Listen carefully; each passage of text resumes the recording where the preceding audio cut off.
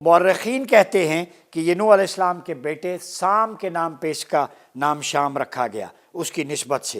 حضور علیہ السلام کی جو دعائیں ہیں، اللہم بارک لنا فی شامنا، اللہم بارک لنا فی یمننا، مولا ہمارے شام میں برکت نازل فرما، ہماری یمن میں برکت نازل فرما۔ جس سرزمین کے لیے حضور برکت کی دعائیں کریں، آج وہ کھنڈرات اور جنگ و دجل کا منظر پیش کر رہا ہے، اور یمن بھی، اس میں بھی پراکسیز چل رہی ہیں۔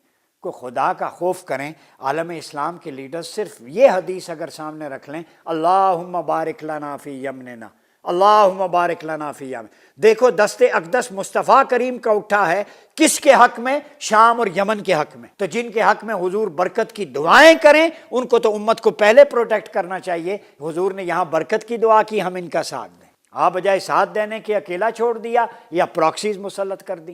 تو دعائے مصطفیٰ کی توہین ہے، یہ اہانت ہے۔ امت مسلمہ سے کہتا ہوں، ان کے حکمرانوں سے کہتا ہوں، جب حضور نے کہہ دیا بابرکت سرزمین ہے، انہیں اکیلا نہ چھوڑو، غزہ والوں کو، اسکلان والوں کو، لبنان والوں کو، شام والوں کو، اور دوسرا یمن میں پراکسیز ہٹا دو، اس لیے کہ یہاں حضور کی برکت کی دعائیں۔ پوری دنیا لگی رہے، شام اور یمن کو تباہ نہیں کر سکتی۔ جن کے لیے حضور کے منہ سے برکت کی دعا نکلے، 100 اسرائیل اکٹھے ہو جائیں، وہ اہل شام اور اہل یمن کا کچھ نہیں بگاڑ سکتے۔ لیکن ہم کیا کر رہے ہیں؟ سوال یہ ہے۔